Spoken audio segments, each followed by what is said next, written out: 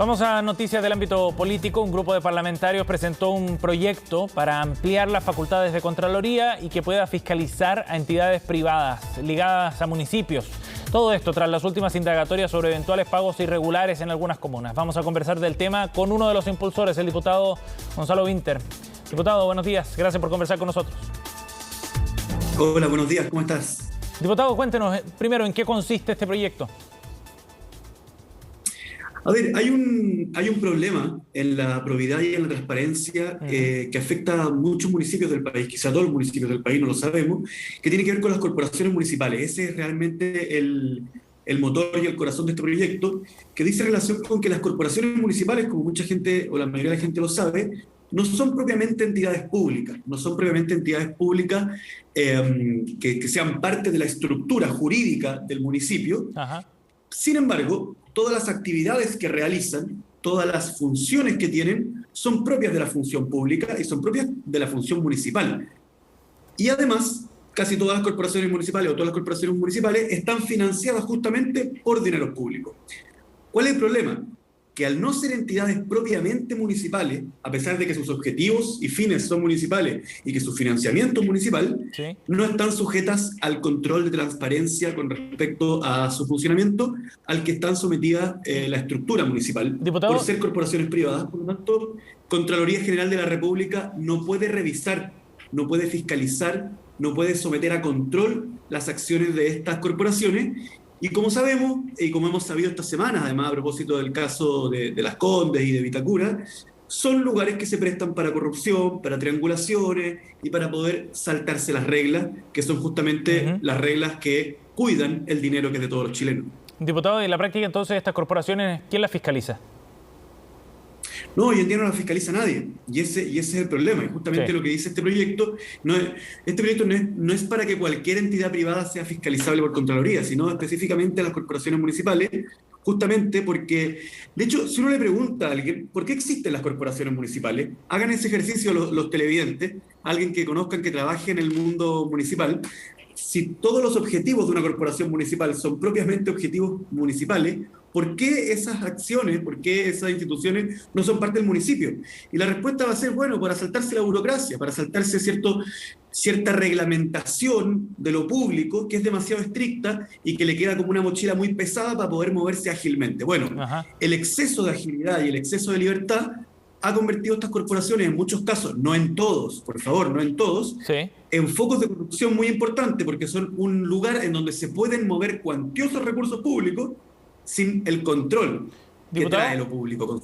ahora, Sí. ¿de qué forma la Contraloría podría fiscalizar a una corporación que es privada, ¿no? ¿Tiene las facultades para poder fiscalizar a una entidad privada? ¿Aló? Diputado, ¿sí? ¿Nos escucha?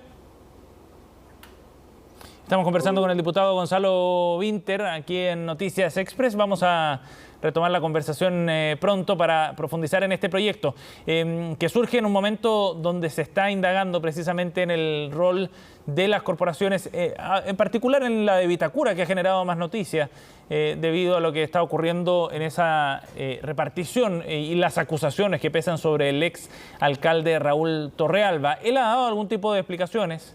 Aseguró que va a prestar colaboración, además, con la investigación que lleva adelante el municipio, con las acciones legales que se han presentado, las correspondientes en la Fiscalía. Los invito a que veamos una nota. Volvemos para seguir conversando con Gonzalo Vinter. Anunciada y presentada la querella, se destapó el escándalo. El exalcalde de Vitacura, Raúl Torrealba, en el ojo del huracán, lo acusan de recibir durante los últimos 3 años sobres mensuales no justificados con 5 millones de pesos cada uno. Y es lamentable, lamentable. Yo no sé en qué va a terminar. También duele que pasen cosas así en un lugar donde trabajaste 4 años en que te ayudaron además mucho. Yo jamás habría podido llegar de verdad a conocer los detalles si no es por la ayuda que recibí de otros funcionarios. Voz autorizada para hablar de la situación, ella durante la gestión anterior del Consejo fue la primera en poner la voz de alerta, quien recién ahora fue escuchada con la denuncia en Fiscalía. Pedíamos que por favor nos rindieran los otros ingresos y eso nunca se nos dio. Entonces, eso es lo que a ti tú dices, pero yo pensé la verdad, tengo que ser honesta en eso, yo pensé que tenían un desorden patagüino. Su inquietud pasaba por la corporación Vita Deportes, que recibía subvenciones del municipio, pero además tenía otros ingresos externos. Así asegura que si bien rendían los gastos de la subvención, no se sabía qué pasaba con estos otros dineros. Entonces, todo lo que yo discutía era que me dijeran cuántos de ellos, qué otros fondos tenían de ingreso por otros lados, de manera de descontar eso y que nosotros pudiésemos contar con otros recursos. Y eso nunca se me dio. Y mientras el escándalo se cierne sobre uno de los municipios con más recursos del país, el principal protagonista de esta historia, el exalcalde Torrealba, escuetamente rompió el silencio ante el diario La Tercera. En relación a los hechos que se han dado a conocer públicamente, quiero manifestar que prestaré toda la colaboración a la investigación que lleva adelante el Ministerio Público para que ellos sean debidamente esclarecidos. Pero el escándalo traspasa los límites de la comuna. Impulsado por la denuncia en Vitacura, Cristóbal Lira, alcalde de la vecina comuna de Lo Barnechea, anunció también indagatorias contra su antecesor. Presentamos una denuncia a la Fiscalía Regional Metropolitana para que investigue posibles hechos constitutivos de delito relacionados con la publicidad en el espacio público durante la administración anterior. La denuncia radica en espacios publicitarios similares a este en calle Raúl Lavé, que arroja montos pendientes de pago a la municipalidad de 1.109 millones de pesos. Indagaciones y auditorías en medio de los primeros meses de las nuevas gestiones municipales que han revelado de a poco posibles irregularidades en los manejos financieros. Ya está de vuelta con nosotros en la conexión el diputado Gonzalo Vinter para seguir abordando este proyecto de ley. Diputado, aprovechábamos de dar un poco de contexto también por la investigación que se está dando ahí en la comuna de Vitacura. Yo le preguntaba antes de ir a la nota si es que la Contraloría podría tener las facultades para fiscalizar una entidad privada, porque una cosa es que no esté hoy día dentro de su rango de acción, otra es que pueda hacerlo por su esencia, ¿no? A una entidad privada como son las corporaciones. Claro, efectivamente, tal como señala tu pregunta, hoy día no tienen esa facultad, ¿ya? Efectivamente sería complejo que uno estableciera que la Contraloría puede fiscalizar el funcionamiento de cualquier entidad privada de cualquier naturaleza, porque eso sería justamente, digamos, cambiar la naturaleza del control que hace la Contraloría General de la República. Sin embargo, este proyecto de ley que nosotros hemos apoyado, pero que ha sido impulsado principalmente por el diputado Tomás Hirsch, que es diputado por el distrito, en donde están las comunas de Las Condes y Lo Barnechea, que son, Vitacura y Las Condes, que son justamente las que están en la mira en estos días por los casos que hemos conocido, establece un mecanismo para modificar, para acceder a que la Contraloría tenga cierto control sobre determinadas entidades públicas, pero, sobre determinadas entidades privadas, que son las organizaciones funcionales que están reguladas en la ley, y las corporaciones propiamente tal que están reguladas en el Código Civil. ¿Cuál es la norma que establece? Que si es que el aporte que reciben estas entidades de parte del sector público, de parte del municipio, es mayor a 10 unidades tributarias mensuales al año, entonces esas entidades quedan sujetas a control con respecto a esas 10 unidades tributarias mensuales que han recibido por parte del sector público, ya sean corporaciones, fundaciones, asociaciones municipales, etc. Entonces, lo que está planteando este proyecto es sumamente lógico y de sentido común. Si usted está recibiendo una cierta cantidad de dinero desde el municipio, desde el Estado, digamos de plata de todos los chilenos, para cumplir fines de todos los chilenos, entonces usted va a tener que tener un control de esa plata. Si me permiten hacer un balance para... Sí, diputado, pero un segundo para poder profundizar en ese punto. ¿No sería más fácil quizás hacer cambios que hagan parte de las corporaciones del mismo municipio? Se entiende que la estructura se generó para evitar toda la burocracia, como usted contaba, ¿no? Y poder hacer más eficiente la ejecución de ciertos gastos. Pero acá quedan dudas también respecto a si es tan conveniente ese nivel de autonomía que tienen las corporaciones al final. Yo creo que es una discusión que tenemos que dar. Yo creo que hoy día los parlamentarios, por un tema constitucional, no tenemos facultad para presentar una reforma de esas características, ¿ya? Y sí tenemos facultades para presentar una reforma de las características que estoy planteando acá, Y sí, eso es un debate mucho más profundo y que va a ser, yo creo, un debate protagónico en la nueva ley de municipalidades que Chile necesita, y que Chile necesita sobre todo porque Chile necesita un poco de equidad territorial. Dentro de una misma ciudad no puede ser que haya comunas que tengan el per cápita de La Pintana y el per cápita de Vitacura y que a nadie le parezca extraño, que incluso haya más carabineros en Vitacura que en La Pintana, lo cual es una discusión muy de fondo y que yo creo que vamos a tener que dar, y yo sería partidario de que dejen de existir y que quien tenga funciones públicas sencillamente sea parte del aparato público.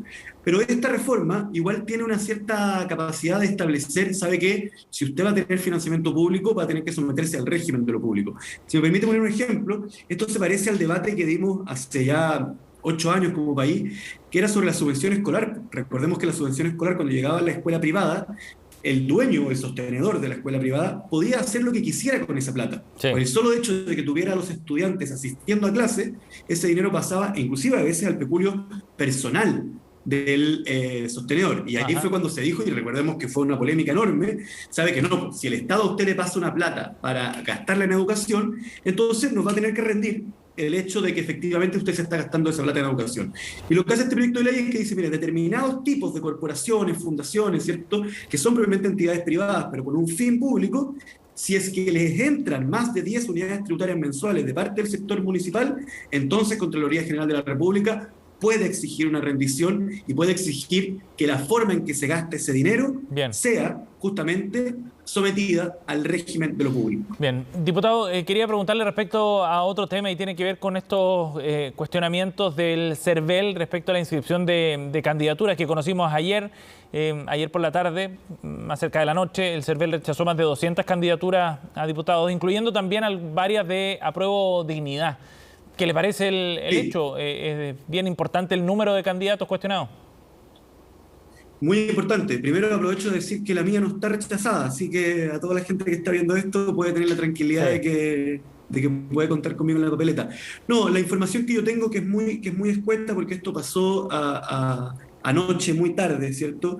Y han habido reuniones de las directivas de los partidos, etcétera, es que en el caso de las de Apruebo de Dignidad hubo un problema en la plataforma web que hizo imposible la inscripción de ciertas candidaturas, que hizo imposible la inscripción de ciertos documentos, o sea, el adjuntado de ciertos documentos y de ciertas firmas de los partidos que tienen que hacerse región a región, distrito a distrito, con la firma del presidente del partido.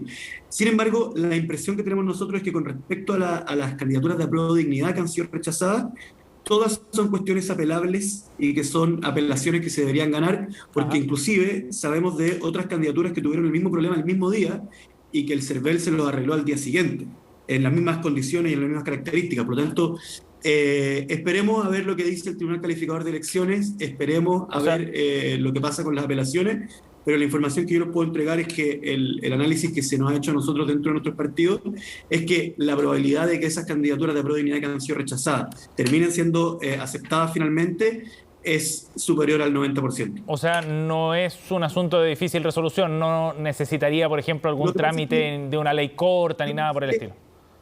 No.